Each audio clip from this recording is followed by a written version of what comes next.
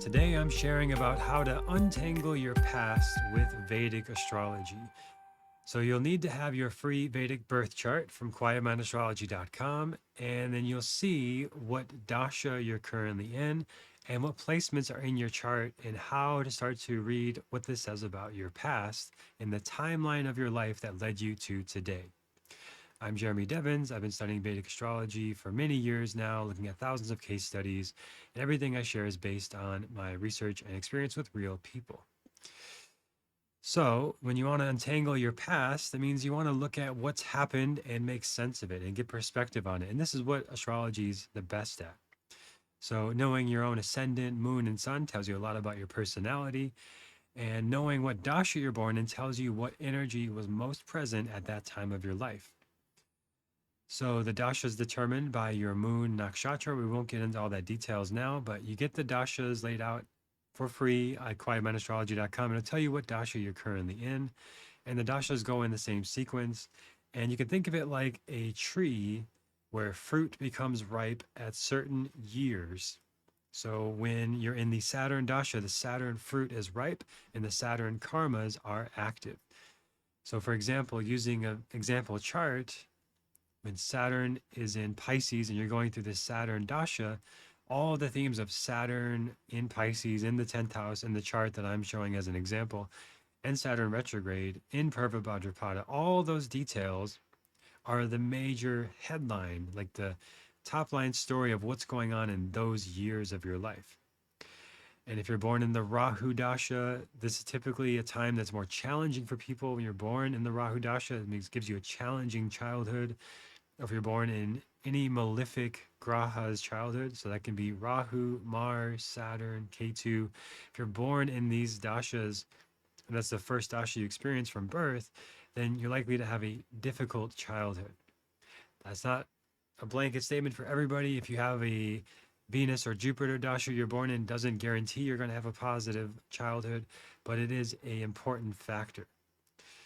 So that helps you understand the early development of what dasha you're born into and tells you what your childhood was like. And again, you'll want to look at the placement. So let's say if somebody is born in the Rahu dasha, that can tell us there's going to be some intensity and change in foreign environments in the early childhood, because that's what Rahu represents. But when it's in Aquarius in the ninth house in this chart in Purva Bhadrapada, this tells us more details about how that time really expresses. So beginning in the ninth house, they might have a lot of travel during this time as a childhood and born in the Rahu Dasha, as an example.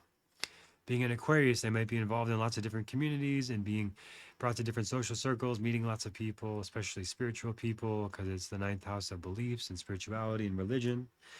And this is an example of being born in the Rahu Dasha. Doesn't just mean Rahu things, but we've got to look where Rahu is in the chart and what that means. So as you go through your own timeline of your dashas in your life, then look to that placement in your chart and interpreting that placement. Now, it's beyond the scope of this episode, and that's something we can do one-on-one in a reading. quietmindastrology.com. You can schedule a reading. We'll look at it. But for today, you can see what major theme, what fruit was ripe at that time of your life. For example, when somebody enters a Ketu dasha, there's often a big sense of loss and change in their life, like leaving a job or leaving a state or a country, leaving a relationship. These kind of things are very common when somebody enters a Ketu dasha, just as a broad blanket statement, because Ketu represents losses and change. But the Ketu placement in the chart is going to tell you so much more about what that dasha is really like. Like in this chart, Ketu's in Leo. So they're born with Ketu in Leo in the third house. They might be letting go of skills that they were attached to that define them and their identity. This is true for anybody who's going through Ketu Dasha with Leo in the third house as a Gemini ascendant or moon.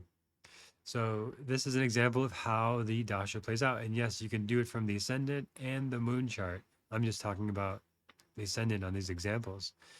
So the dashas show you the timeline of life, when things play out, when the fruit is ripe of your karma. The birth chart tells you the tendencies, the strengths, the challenges, the shadow side, the light side of you as a broad overview of your whole life. Your D9 chart shows what you're evolving towards, and it can be very similar, it can be very different than your main birth chart. But if you want to understand who you're evolving into when you grow up, and that can be very young, it can be very old, but it's you're evolving into the D9 chart, and those karmas, those placements, those things are expressing more and more as you get older. So, for example, if this chart has Sun in Scorpio in the birth chart, and then it goes on to have, let's say, just Sun in Sagittarius in the D9, it's going from being very deep and internal and introspective and finding power in mysteries and spiritual growth to being in Sagittarius. Then the D9 chart is like you're growing through travel, through different philosophical and religious and spiritual teachings, working with teachers and gurus and mentors. So your D9 is telling you what you're evolving into and how you're growing through life. You need to look at both to see the kind of trajectory of life. And the dashas show you the timeline of the major turning points. Very common, like going into the Venus dasha, that people get married in the Venus dasha, have kids, things like this. Going into the moon dasha, women become mothers in the moon dasha is very common. Or you go into the sun dasha and you have a lot of fame and success and notoriety and achievements in your sun dasha, right? These again are the broad overview just based on the graha.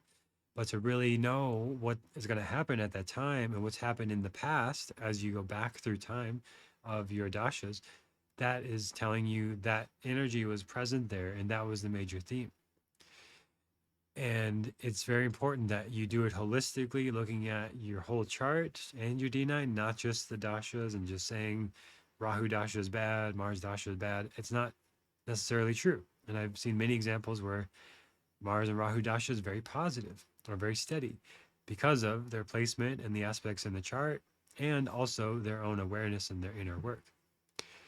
So as you want to look back to understand and learn from yourself in the past and your patterns and your behaviors and the things that have happened in your life, these are the tools I recommend looking at, mainly your dashas, the main karmas of the birth chart, and then how that evolves into the D9 as you evolve through life. And it may seem like a lot, but again, if you're curious about this, schedule a reading, we'll go into it. And there is a lot there. I mean, life is many things. So it's not so simple as to say, your life is just only this way. If you're in a Saturn dasha, you're not only disciplined in that time and learning lessons of humility. There's also many other things happening during the Saturn dasha or any dasha. So again, this is how you can look at it. And then you can see what major events happened when the dashas changed. And you'll likely find amazing correlations. It's always just incredible to me when I see these things. People becoming very spiritual when they go in their Ketu dasha, or people becoming very disciplined when they go in their Saturn dasha. For me, when I went from Jupiter to Saturn, that's the sequence. Jupiter is always before Saturn. I was in a very like playful, fun, always joking, always laughing with my friends time in Jupiter dasha, and then went to the Saturn dasha, and they're like, "Oh, you're so serious now. Like, what happened? You got so serious, right?" That's a common movement that happens from Jupiter to Saturn, where you become more mature, more serious, more grounded at any age, whenever it happens. And it's also, again, not just Jupiter and Saturn, but where they are in your birth chart and how they are placed. And I've got many resources for that. There's a Decode Your Birth Chart training on my site, quietmindastrology.com, that'll guide you through how to read each placement in your chart and how that lays out for the dashas as well. And if you found this helpful, let me know in the comments and let me know if there's something more you want to see in future episodes.